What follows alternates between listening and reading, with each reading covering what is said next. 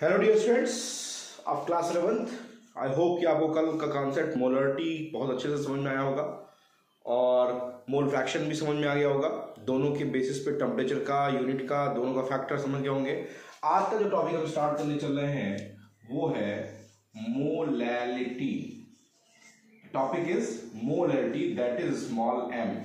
Molality देखिए, molal और molar और मोलल दोनों में डिफरेंस होता है डियर स्टूडेंट्स। अब क्या डिफरेंस होता है हमको यही समझना है, आइए देखते हैं। तो दोनों में डिफरेंस देखने चलते हैं। मोलरिटी और मोलरिटी को भी देखेंगे, मोलरिटी की डिफिनेशन क्या होती है ये भी देखेंगे। तो molarity of a solution that is it is represented by small m is defined as number of moles of solute upon mass of solvent in kg। क्या? Mass of solvent in KG. वो क्या था? Volume of solution in litre था। दोनों में difference देखते aware करते चलिए। क्वेश्चन दो तीन क्वेश्चन है जो आपको मैं समझाने चल रहा हूं। ये क्लास 11th में भी जरूरी है, 12th में भी जरूरी है, तो थोड़ा फोकस करिएगा, बहुत इंपॉर्टेंट टॉपिक है। क्या है? Molarity of a solution is defined as the number of moles of solute dissolve in per KG of solvent. कितना KG? Per KG of solvent. अब यहां पे देखिए पर्टिकुलर टेम्परेचर नहीं कह रहा हूं, मतलब यहां पे टेम्परेचर का इफेक्ट नहीं पड़ेगा, ठीक है। मतलब molarity is defined as the number of moles of solute dissolve in per kg of solvent, that is known as molality। क्या कहलाएगा?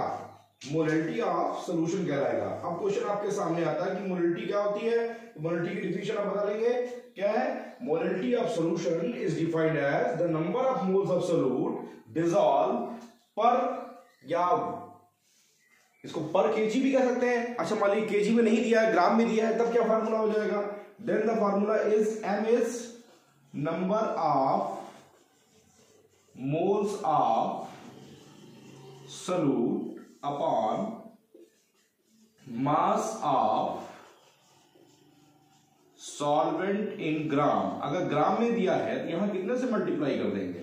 1000 से मल्टीप्लाई कर देंगे। जैसे वहां देखिए फार्मूला बना था ml में दिया था, वैसे यहां पे भी है। क्लियर है? तो दोनों में क्या डिफरेंस आया? डिफरेंस ये आया कि molarity is defined, molarity is defined as the amount of solute dissolve in 1 litre of solution. That is molarity term is respect to with solution means solute and solvent both. But in molarity term the number of moles of solute dissolve in only solvent. यहां पे क्या है? Solvent है। तब आपसे एक मेरा question, लेकिन वो क्वेश्चन पूछने से पहले मैं छोटे पॉइंट और बता दूं। इसकी यूनिट क्या हो जाएगी जरा बताइए तो। यूनिट क्या हो जाएगी? इसकी यूनिट देखिए, यहां पे मोल है और यहां पे सॉल्वेंट इन केजी है, तो यूनिट हो जाएगी मोल पर केजी। क्लियर है? यूनिट इज मोल पर केजी। वहां यूनिट क्या थी? मोल पर लीटर। अब अगला पॉइंट, क्या यहां पे टेम्परेचर का इफेक्ट पड़ेगा? बोलिए। अब यहां पे अगर ध्यान से देखें तो मास ऑफ सॉल्वेंट है, तो मास पे मैंने बताया था इफेक्ट नहीं पड़ता, मोल पे इफेक्ट नहीं पड़ता। मतलब temperature has no any effect on molarity. Temperature का कोई इफेक्ट नहीं पड़ेगा। देखिए जब भी आप पढ़ेंगे यूनिट तो ऐसे ही पढ़ना है, तो फार्मूला अप्लाई कर लेंगे।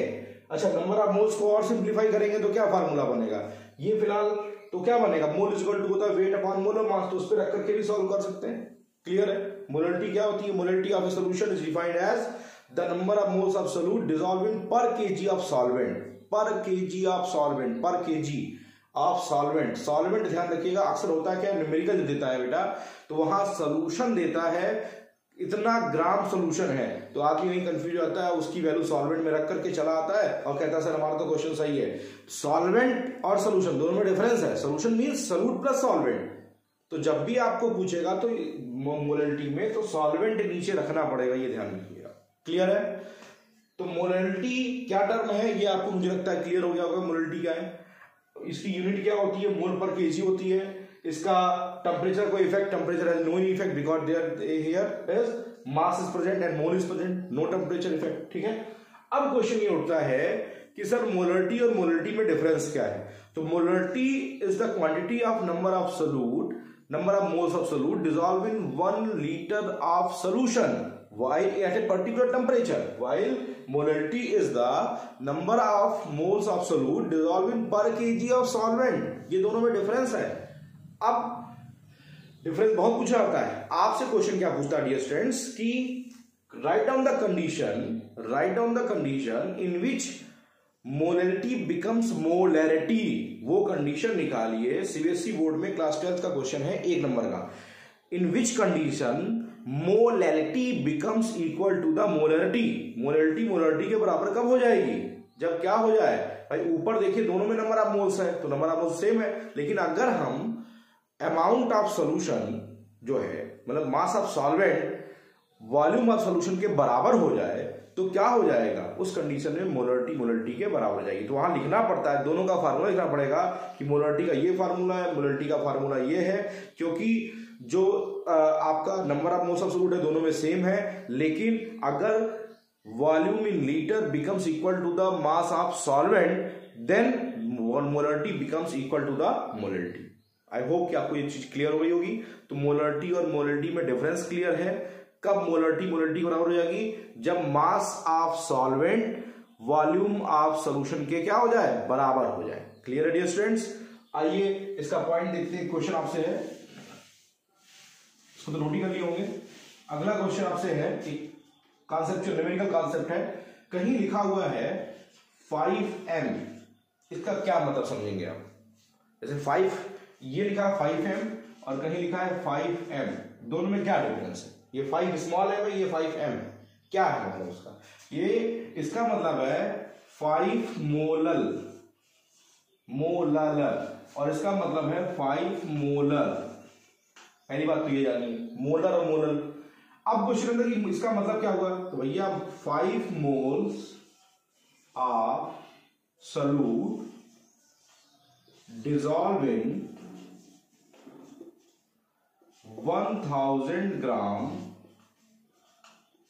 या फिर इसी को आप ले सकते हैं 1 kg ऑफ क्या सॉल्वेंट। इसका मतलब ये हुआ। और इसका क्या मतलब है कि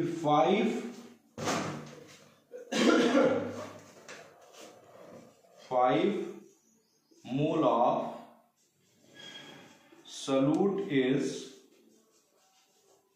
डिसॉल्व इन 1000 ml या 1 लीटर ऑफ सोल्यूशन। ये सोल्यूशन में है और ये किसमें है? सॉल्वेंट में। ये ग्राम है, ये ml। Clear dear students? तो स्मॉल m और कैपिटल M का मतलब समझ में आ गया। मतलब कहीं 5m लिखा है तो आपको क्या क्या दिया है? मोल्स ऑफ सोल्यूट दिया है और मास ऑफ सॉल्वेंट दे रखा है, दिया है कि दिया है? जबकि 5 कैपिटल M लिखा है तो मोल्स ऑफ सोल्यूट लिखा है और वॉल्यूम ऑफ सोल्यूशन दे रखा है। दोनों में डिफरेंस क्लियर है 5m और 5m में। तो ऐसे ही 1 मोल और 1 मोलर, दोनों में क्या 1 मोलर और 1 मोलर में क्या डिफरेंस है? समझ गए होंगे। 1 molar is the 1 mole of solute dissolved in 1000 ml of solution, that is 1 molar at a particular temperature। और 5m या 1 मोलर की क्या हो जाएगा?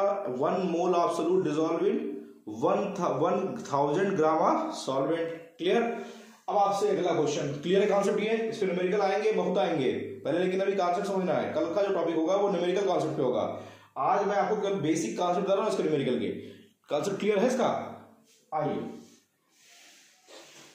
आपसे एक छोटा सा क्वेश्चन ये है, कहीं लिखा है 1 मोलर और कहीं लिखा है 1 मोलर। ठीक है, तो पहला क्वेश्चन, अगर आप एक डॉक्टर हैं और आपको मेडिसिन यहां से शिमला भेजनी है तो आप किस कंसंट्रेशन में मेडिसिन भेजना ज्यादा प्रेफर करेंगे? पहला क्वेश्चन। और दूसरा क्वेश्चन कि 1 मोलर और 1 मोलर इसमें किसमें कंसंट्रेशन ज्यादा है? दो क्वेश्चन आज का आपका है। पहला क्वेश्चन क्या है कि अगर आप एज ए डॉक्टर हैं तो डॉक्टर की कंडीशन में आप किसी पेशेंट को अपने पर्टिकुलर डिस्ट्रिक्ट से शिमला या पर्टिकुलर किसी दूसरी जगह पे जहां पे टेम्परेचर चेंज होता है वहां पे भेजना है, तो क्या मेडिसिन का कौन सा कंसंट्रेशन रखेंगे आप लिक्विड फॉर्म में? कौन सा रखेंगे? आई होप कि आप समझ गए होंगे मैं क्या कहना चाहता हूं। यहाँ पे 1 मोलर का मतलब कि टेम्परेचर यहाँ इफेक्ट करेगा, क्योंकि यहाँ पे वॉल्यूम आता है तो टेम्परेचर यहाँ इफेक्ट करेगा, लेकिन 1 मोलर में टेम्परेचर इफेक्ट नहीं करेगा। तो एज ए डॉक्टर आप दवा किसमें बनाएंगे? मोलर सोल्यूशन बनाएंगे इन कंपेरिजन टू मोलरिटी। ठीक, अब दूसरा क्वेश्चन ये था कि 1 मोलर और 1 मोलर में कौन ज्यादा होता है? Which concentration is higher in 1 molar and 1 molar. Question क्या है कि 1 मोलर और 1 मोलर में क्या डिफरेंस है? डियर स्टूडेंट्स बताइए जल्दी से, 1 मोलर और 1 मोलर में क्या डिफरेंस है? बताइए, मोलर और मोलर दोनों में क्या डिफरेंस आपको समझ में आता है? क्या निकल के आएगा, क्या डिफरेंस होगा? आइए देखते हैं। 1 मोलर जो होता है भैया, 1 mole dissolve in 1 litre of solution. ठीक है, यहां पे क्या है? 1 mole dissolve in 1 kg of क्या? सॉल्वेंट। मतलब 1000 ग्राम में, ग्राम ऑफ सॉल्वेंट में कितना ग्राम सोल्यूट डिजॉल्व है? 1 ग्राम सोल्यूट डिजॉल्व। ये तो क्वेश्चन कह रहा है 1 मोलर, 1000 पक्का है, 1000 से कम नहीं है, 1000 में 1 ग्राम डिजॉल्व है। यहां कितना है? ये 1 लीटर ऑफ सोल्यूशन है। सोल्यूशन मींस हो गया dear students that is solute and solvent. Board में बहुत क्वेश्चन पूछा था इससे, इस टॉपिक का ये क्वेश्चन। तो इस सोल्यूशन में सोल्यूट और सॉल्वेंट दोनों इंक्लूडेड है। मतलब ये हो गया कि यहां पे जो मास ऑफ सॉल्वेंट होगा इज लेस देन 1000 ग्राम होगा या नहीं होगा? जरा बताइए। जब टोटल वॉल्यूम ऑफ सोल्यूशन है 1000 ml है, तो सॉल्वेंट का मास कितना होगा? 1000 से कम होगा या नहीं होगा? बोलिए भाई, होगा ना? तो मास of solvent is less than 1000 ग्राम। तो जरा बताइए 900 ग्राम में या 999 ग्राम में 1 ग्राम डिजॉल्व है, ये ज्यादा है या 1000 ग्राम में 1 ग्राम डिजॉल्व है? किसमें कंसंट्रेशन ज्यादा आएगा? सिंपल सी बात है कि वो 1000 ग्राम से कम है। मतलब कंसंट्रेशन का मतलब क्या होता है? अमाउंट ऑफ सोल्यूट ज्यादा हो। तो अमाउंट ऑफ सोल्यूट यहां भी 1 मोल है, यहां भी 1 मोल है, लेकिन जिसमें ये डिजॉल्व है ये 1000 ग्राम में हो, यहां पे 999 हो सकता है, 998 हो सकता है, मतलब 1000 से कम ही होगा। क्यों? क्योंकि सॉल्वेंट और सोल्यूट दोनों मिला करके 1000 है, तो सॉल्वेंट हमेशा क्या होगा? 1000 से कम ही होगा। मतलब ये हो गया कि 1 molar concentration is always higher than 1 molar solution. मतलब कंसंट्रेशन हमेशा मोलरिटी के टर्म में ज्यादा होता है और मोलरिटी के टर्म में कम होता है। क्यों कम होता है ये समझ में आ गया स्टूडेंट्स? आपको ये रीजन वहां लिखना पड़ेगा। लिख लेंगे कि 1 मोलर सर हमेशा कम होगा क्योंकि 1000 ग्राम में 1 ग्राम है, और 1 मोलर हमेशा ज्यादा होगा, कंसंट्रेशन ज्यादा होगा। क्या रीजन है? क्योंकि यहाँ पे सोल्यूट और सॉल्वेंट के रिस्पेक्ट में अगर देखा जाए तो 1 लीटर में सोल्यूट और सॉल्वेंट डिजॉल्व है, तो टोटल अमाउंट जो होगा यहाँ मास ऑफ सॉल्वेंट यहाँ पे वो हमेशा 1000 से कम होगा। तो इसका मतलब कि लेस क्वांटिटी ऑफ सॉल्वेंट में वही सेम क्वांटिटी डिजॉल्व है, तो कंसंट्रेशन ज्यादा है, यहाँ कंसंट्रेशन क्या है? कम। क्लियर है? नोट कर लीजिएगा, बहुत ही बेसिक कॉन्सेप्ट बताया आज आपको। मोलरिटी में स्मॉल एम कैपिटल एम का क्या डिफरेंस होता है ये भी आपको आई होप कि क्लियर हो गया होगा डियर स्टूडेंट्स। तो मोलरिटी और मोलरिटी दोनों में डिफरेंस क्लियर है। सेकंड ईयर में बहुत जरूरत पड़ेगी इसकी। अभी मैं आपको 4-5 क्वेश्चन देता हूँ न्यूमेरिकल, उनको करिएगा। आई होप कि आपको कॉन्सेप्ट क्लियर हो गया होगा, और आपके जो बड़े भाई छोटे भाई जो भी होंगे इनको पढ़ने के लिए कहिए, क्योंकि ये टॉपिक सारे जगहों पे इंपॉर्टेंट है। Thanks for watching my video and like और कमेंट करना मत भूलिएगा। ठीक है, मैंने आपसे कल भी कहा था जो बच्चे नोट्स प्रॉपर बना रहे हैं वो मुझे व्हाट्सअप कर सकते हैं। मेरा व्हाट्सअप नंबर मैंने आपको कल बताया था 8948702399, ये मेरा व्हाट्सअप नंबर है। इस नंबर पे आप मुझे व्हाट्सअप करके मुझे अपना जो भी नोट्स बनाए हैं मुझे भेजिए। कोई प्रॉब्लम है तो मान लीजिए आप वहाँ यूट्यूब चैनल पे नहीं भेज पा रहे हैं तो आप मेरे इस पर्सनल व्हाट्सएप ग्रुप पे मुझे क्वेश्चन भेज सकते हैं। मैं आपको क्वेश्चन का सोल्यूशन का रिस्पॉन्स तुरंत दूंगा, एकदम निश्चिंत रहिए। ठीक है, thanks for dear students for my watching my videos and please subscribe it and like it and comment it. ठीक है, थैंक यू। तो डियर स्टूडेंट्स, मैंने अभी आपको मोलरिटी और मोलरिटी का कॉन्सेप्ट पढ़ाया। इस पे बेस्ड कुछ इंपॉर्टेंट न्यूमेरिकल्स दे रहा हूँ, इन क्वेश्चंस को करिएगा। अगर आप ना कर पाइएगा तो मुझे इन्फॉर्म करिएगा, मैं आपको उसको सॉल्व करके बताऊँगा। ये क्वेश्चन देख लीजिए, क्वेश्चन नंबर 1.63, क्वेश्चन नंबर ये 25 ये एनसीईआरटी का क्वेश्चन है। ये भी क्वेश्चन एनसीईआरटी का ही है, इसे मोलरिटी निकालनी है, ठीक है। डेंसिटी दे रखी है, वॉल्यूम चाहिए इसका, मोलरिटी के रिस्पेक्ट पे फार्मूला रख के निकाल लीजिएगा इसको। और सबसे लास्ट क्वेश्चन ये सारे एनसीईआरटी क्वेश्चन हैं, इन क्वेश्चंस को सॉल्व करिएगा। कल हम लोग और न्यूमेरिकल कॉन्सेप्ट के साथ मिलेंगे, इन क्वेश्चन को भी सॉल्व करूंगा मैं। अगर इसके अलावा भी आपकी कोई प्रॉब्लम्स हैं तो मैंने आपको व्हाट्सअप नंबर दिया है, आप मुझे व्हाट्सअप नंबर पर अपनी प्रॉब्लम शेयर कर सकते हैं। थैंक्स।